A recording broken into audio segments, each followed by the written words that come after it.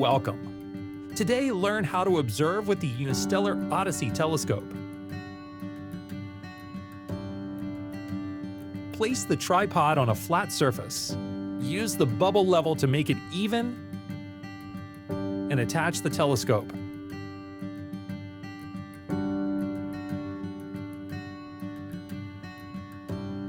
Turn on the telescope.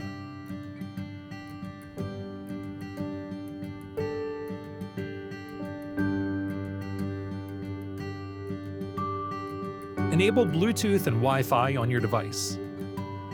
Open the Unistellar app,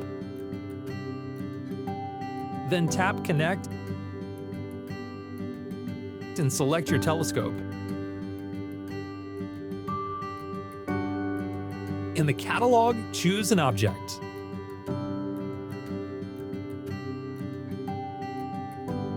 Let's select the Eagle Nebula and tap Go To.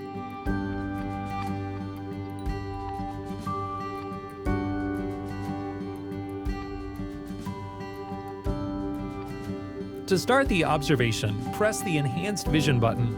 The telescope will capture light and gradually reveal more details every 4 seconds.